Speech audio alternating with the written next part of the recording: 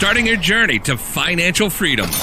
Now, you're listening to the New Investor Podcast.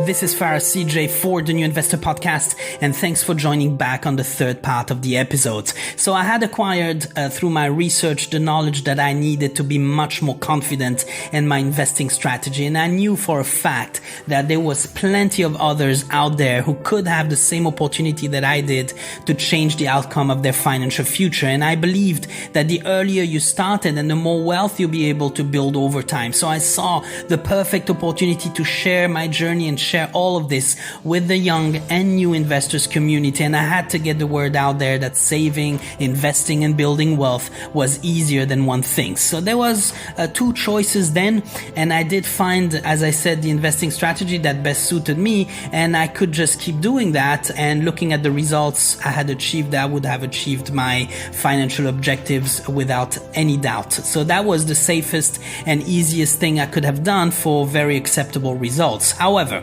as the investor's mindset had already taken me over, it was out of question not to take this a step further, as we're to ensure we put every single opportunity for success on our side. So I don't remember exactly how, but the first episode of the podcast was spontaneous. I picked up my phone, recorded what I had to say, and published, which was probably the worst podcast episode on the market. But that was exactly me stepping out of my comfort zone, starting something entirely foreign to me, with a strong belief that this podcast project was going to act as my investor's conscience first and foremost, and the podcast would allow me to be held accountable to my success. So the podcast had no listeners, and that can last for a while and for many episodes. So the important is to persevere and believe in yourself and keep getting your content out there. Do it for yourself first and foremost, with an intent to share with others, bring value. There are now about 118 episodes 8 months later, with an unbelievable amount of listeners and subscribers by my standards. So there were up and downs, of course. At times 20 subscribers were leaving the podcast over 2-3 days, and most would give up at that point. But I believe you must take this as an evaluation by the market, pushing you to try and do better and better each time. You need to realize how humbling it is for someone to actually click that subscribe button, basically requiring to be notified of your every new episodes, and you are to live up to this continuously.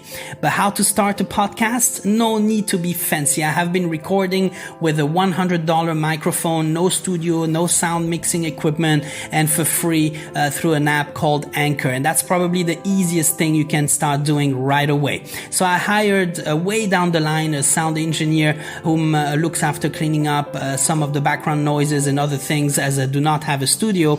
And you have probably no idea how noisy an Asian city can get throughout the day. So I could certainly not stop at the podcast, and I had much more to say, and I wanted to keep documenting my journey to financial freedom. And I wrote a book on the subject to document the first 100 days. And I can already hear people say, but where do you find the time to do all of this?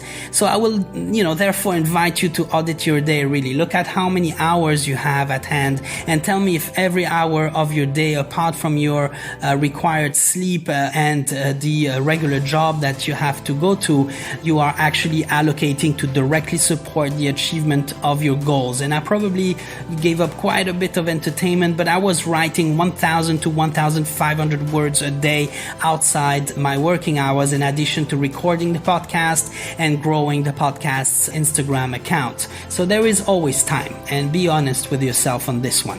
So regarding that Instagram account, I have most recently started doing short form videos on investing. Again, who has the time, right? So I never thought of doing videos, but I am much more comfortable usually on audio and writing, but that doesn't matter, as I can come to regret one day never doing videos. And should I come about failing with my little media company project here, at least I would have no regrets and start something else. So the most valuable lessons I learned on this journey so far is that the key to continue continuous self-improvement, which in return allows you to get closer to your goals, lives within a strong will to stay disciplined, persevere through hardship with humility and patience.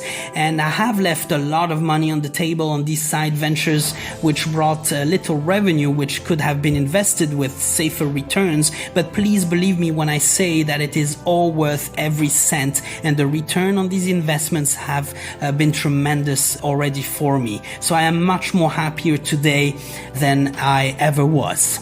So in the meantime, be well and stay invested. Thank you for listening to the podcast, and I really hope that it brings you some additional support on your own journey towards financial freedom.